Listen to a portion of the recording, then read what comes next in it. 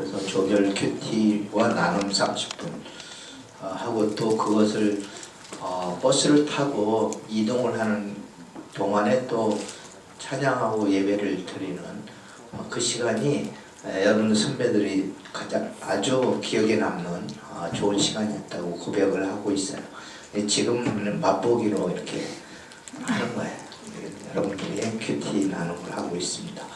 오늘 제가 함께 나누고자 하는 말씀은 이 제목에 있는 것처럼 내가 너희를 세상에 보내노라 하는 말씀입니다. 17장 18절 중심으로 시간이 별로 없기 때문에 함께 나누려고 해요. 18절만 한번 같이 읽을까요? 아버지께서 나를 세상에 보내신 것과 같이 나도 그들을 세상으로 보냈습니다. 됐어요. 그래서 하나님께서 예수 그리스도를 세상에 보내셨잖아요. 그것처럼 예수님은 제자들을 세상에 보내셨습니다. 그리고 이제 제자들에게 이제 분부하시는 거예요. 너희는 이제 내가 너희를 세상에 보내는데 분부하실 뿐만 아니라 이제 아버지께 간구하는 거죠. 하나님 아버지께 그를 간구하는 것. 근데 그 세상에 보냄받은 자로서의 예수 그리스도를 잠깐 생각을 해보고, 그리고 우리도 예수 그리스도를 따르는 제자로서 세상에 보낸 자라는 인식을 다시 한번 되새기기를 원합니다. 보냄받다 하는 것은 이제 특수 임무를 띠고 보내는 것을 의미해요. 아포스텔로라고 얘기하는데, 그 아포스텔로라고 하는 말에서 이제 그 보내다 하는 말에서 아포스텔로스 뭐 이렇게 명사형이 나오고, 그렇게 해서 이제 그것이 결국은 나중에 선교의 의미를 갖게 됩니다. 샌딩하다, 그렇게 보내다 하는 건데, 보냄을 받은 자로서의 인식이 예수님은 늘 그 마음 가운데 나는 하나님께 보냄받았다 하는 그 인식을 갖고 살으셨어요. 예수님의 정체성 가운데 하나님의 아들이라고 하는 정체성도 매우 중요한 정체성이었지만, 두 번째로 더 그만큼 중요한 거는 내가 하나님으로부터 세상으로 보냄받은 자다 하는 인식입니다. 즉 선교사다, 요즘 말로 얘기하면 선교사다, 또 다른 말로 하면 파송된 사람이다 라고 하는 인식이에요. 예수님은 원래 우리가 잘 아는 대로 하나님 아버지와 함께 창세전부터 계셨던 분이죠. 요한복음의 1장에 보면은 하나님 아버지와 창세전부터 태초부터 계신 분으로 나와 있고요. 그리고 그분이 말씀으로 함께 하나님과 계셨고, 그 말씀이 없이는 하나도 이 세상에 지어진 것이 없다. 그러니까 하나님이 그 삼위일체 하나님이 그 말씀으로 함께 계셨던 그분이 바로 예수 그리스도고, 그 말씀이 육신이 되어서 오신 분이 예수님이다, 이렇게 이제 요한복음은 증거하고 있어요. 그리고 그 말씀이 육신으로 우리와 같이 사람이 되어서 성육신 하신 분이 예수 그리스도다. 그런데 그 예수 그리스도는 태초부터 존재했지만 하나님의 특수 임무를 띠고 이 땅에 보냄받았다 이거예요. 그 특수 임무는 뭘까요? 하나님이 예수 그리스도를 이 땅에 보내신 목적, 임무는 뭘까요? 네. 그래서 여러분들이 성경을 읽으면 인자가 온 것은 하고 이제 많이 그런 표현이 나와요. 인자가 온 것은 잃어버린 자를 찾아 구원하려 함이라. 잃은 자를 찾아 구원하기 위해서 하나님을 떠나서 잃어버린 사람들을 구원하기 위해서 오신 거예요. 오늘도 거기 오늘 읽은 말씀에도 하나도 잃어버리지 아니하였다 하는 말씀을 해요. 하나님께서 주신 제자들을 한 사람도 잃어버리지 않고 누구만 잃어버린 거예요? 멸망의 자식 뿐이다. 가로된 유다 배신되는 유다만 잃어버렸다 하는 거죠. 그래서 그 잃어버린 자를 찾아서 구원하러 오신 분이 예수 그리스도고, 그것이 첫 번째 임무예요. 또 예수님의 임무 중에 보면은 생명을 얻되 풍성히 얻게 하고 예수 그리스도를 믿는 자에게 영생을 주기 위해서 오셨다고 말씀하고 있어요. 우리가 구원할 뿐만 아니라 하나님, 영생은 하나님의 생명이라고도 해석할 수 있어요. 하나님의 생명, 우리의 육체의 생명이 아니라 하나님의 생명을 우리에게 부어주셔서 예수 그리스도를 믿는 사람은 이제 몸 육체는 죽을지라도 영혼은 죽지 않고 영원토록 아버지와 함께 살 수 있는 그런 놀라운 생명을 우리에게 주시기 위해서 예수님이 오셨어요. 그래서 예수 그리스도께서 사망 권세를 깨뜨리고 부활하셨다고 하는 것은 우리 가운데 영생이 있음을 알게 하시는 거예요. 부활의 생명이 있음을 알게 하시는 거고, 그 부활의 생명이 우리 가운데 예수 그리스도를 믿음으로 말미암아 이미 부활의 생명이 우리 가운데 심겨져 있어요. 그래서 우리가 육체를 이렇게 뭐라 그럴까, 육체를 떠난다고 할지라도, 우리가 죽는다 할지라도 우리 육체는 땅속에 흙으로 들어가지만 우리의 영혼은 죽지 않고 영원토록 주님과 함께 살 수 있는 놀라운 생명이 우리 가운데 있는 거예요. 부활의 생명을 믿으세요? 저는 믿고 있어요. 이게 이제 나는 지금 죽어도 죽지 않고 영원히 주님과 함께 살 것을 저는 믿고 있기 때문에 그렇기 때문에 이제 담대하게 복음을 따라서 살 수 있는 거라고 생각합니다. 부활을 믿게 된다고 하는 것은 하나님의 그 은혜이지만 보다 더 구체적으로 이렇게 그것을 깨닫는 것은 성령께서 오셔야만이, 성령의 세례를 받게 되면은 우리가 부활을 하신 예수 그리스도를 확실히 믿을 수가 있게 되고, 그 부활의 생명이 내 안에 있다고 하는 것을 성령님을 통해서 알게 돼요. 그 성령님과 동행하는 방법을 알게 됩니다. 그래서 그러면 성령께서 내 안에서 늘 예수 그리스도에 대해서 증거하시고 예수 그리스도에 대해서 깨닫게 해주시고 날마다 예수 그리스도를 닮아갈 수 있는 힘도 주시고 어떻게 닮아갈 것인가 하는 그러한 방향성과 방법도 주시기 때문에 날마다 그 성령을 따라 사는 삶, 그것이 곧 거룩한 삶이에요. 어떻게 거룩하게 될 수 있는가? 그것은 내 안에 계신 그리스도께서 나를 변화시킬 때만이 가능한 건데, 말씀으로, 그리스도는 말씀으로 오신 분이시기 때문에 구체적으로는 진리의 말씀이, 그 말씀만이 우리를 거룩하게 만들 수 있어요. 말씀이 진리이기 때문에 말씀으로 말미암아 우리가 날마다 변화를 받아서 거룩해진다. 하나님을 닮아가는, 하나님께서 원래 하나님의 형상과 모양대로 우리를 지어주셨잖아요. 그런데 우리는 타락해서 죄를 따라서 살게 돼요. 죄의 속성은 로마서 1장에 자세히 기록되어 있는데 엄청 죄의 속성들이 많아요. 거룩하게 된다고 하는 것은 죄를 따라 살지 아니하고 하나님의 성령을 따라서 살아가는 것을 의미해요. 성령에 따라서 살게 되면 성령의 열매가 열리게 됩니다. 우리 가운데. 그래서 내가 거룩해져 가는가 안 하는가는 내 안에 성령의 열매가 열려가고 있는가 아닌가를 자가 진단할 수가 있는 거예요. 거룩한다는 것은 성령의 열매가 내 안에 열리는 거예요. 하나님의 속성, 하나님의 성품이 내 안에서 만들어져 간다는 것을 의미합니다. 그러니까 영어로 그 거룩이라는 말을 찾아보면 sanctification,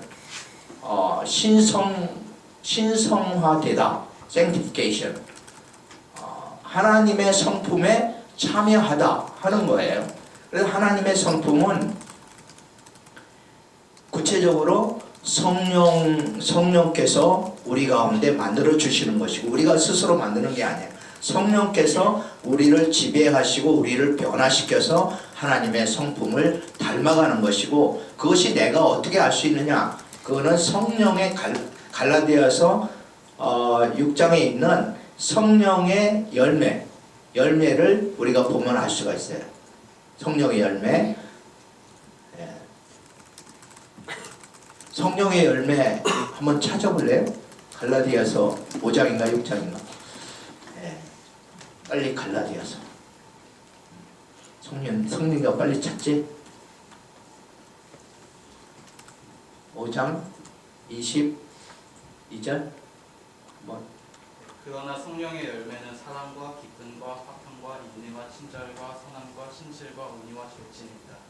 이런 것들을 막을 법이 없습니다. 그 앞에 그러면은 그것과 대비되는 육체의 열매는 육체의 행실은 환히 드러난 것들입니다. 곧 은행과 더러움과 공평과 우상 숭배와 마술과 원수 맺음과 다툼과 시기와 분쟁과 분쟁과 분열과 파당과 질투와 술 취함과 흥청망청 먹고 마시는 노릇과 그와 같은 것들입니다. 네. 그 대비되잖아요. 그래서 거룩하다는 것은 그 육체를 따라 사는 삶이 아니라 성령을 따라 사는 삶을 의미하는 것이고, 성령의 열매를 맺는 삶을 의미하는 거예요.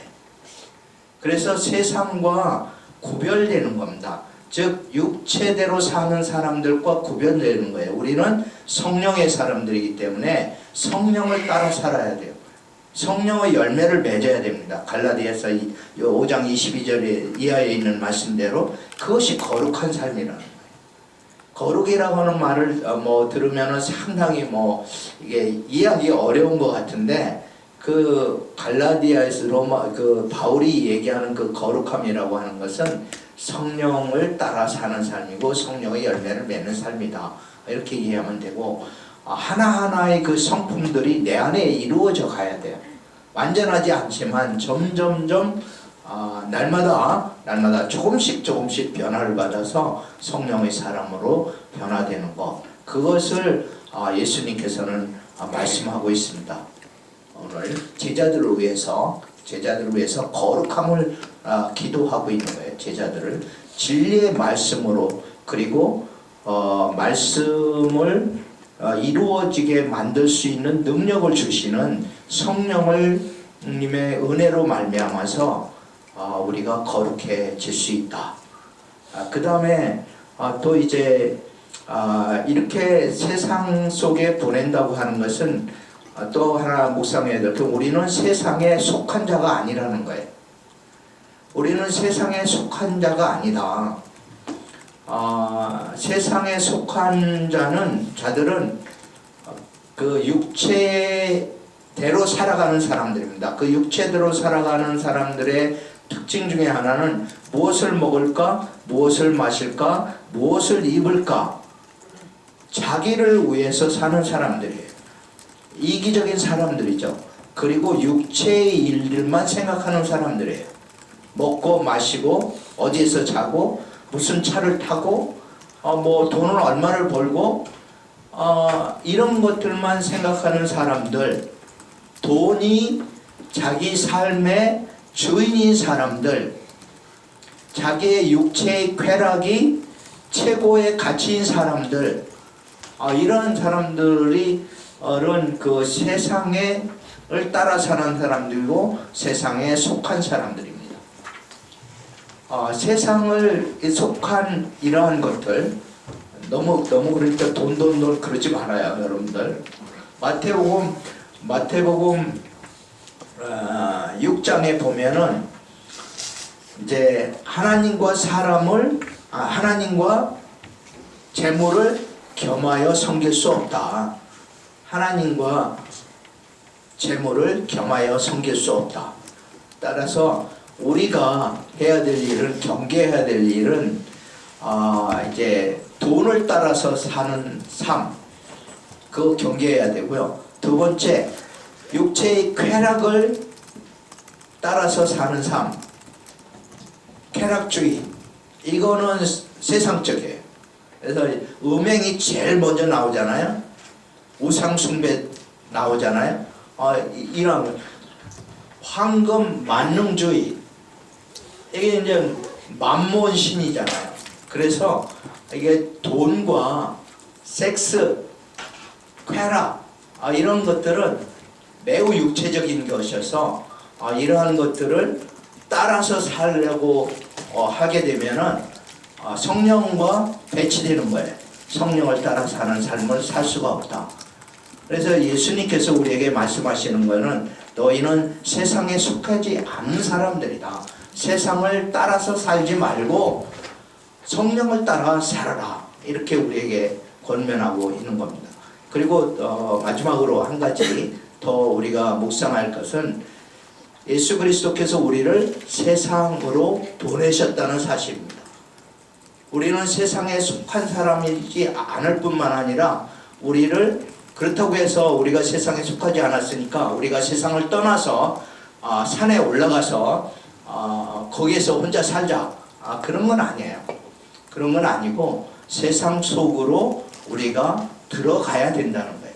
세상 속으로 우리를 보냄받은 자다. 하나님께서 예수 그리스도를 세상에 보내신 것 같이 예수님은 우리를 세상 속으로 보내시기를 원하신다. 제자들을. 그래서 여러분들이 세상 속으로 담대하게 나가야 됩니다. 나 세상에 나가면 죄를 지을 것 같아. 나는 세상에 나가면은 뭔가 더러워질 것 같아. 거룩한 삶을 살 수 없을 것 같아. 이렇게 뭐랄까, 의기소침하지 말고 패배의식에 젖지 말고 우리는 성령님을 의지하고 성령의 권능을 의지하고 세상 속으로 담대히 나가야 돼요. 일터에서 여러분들은 일터 속에서 하나님의 사람으로 거룩한 일꾼이 되어야 됩니다. 일터에서 거룩한 일꾼이 되어야 돼요. 성령을 따라 사는 거룩한 일꾼들이 되어야 돼요. 가정에서도 마찬가지고 학교에서도 마찬가지고 여러분이 발을 디디는 곳마다 여러분이 서 있는 자리마다 어떤 포지션을 갖든지 그 포지션이 중요한 것이 아니라 그 여러분이 있는 곳에서 하나님의 영광을 드러내는 것, 하나님 되심을 나타내 보이는 것, 그것이 우리가 해야 될 일이에요. 그래서 이 오늘 본문 말씀과 연결되는 말씀이지만 너희를 세상에 보낸다고 하시는 예수님은 너희는 세상의 빛이라.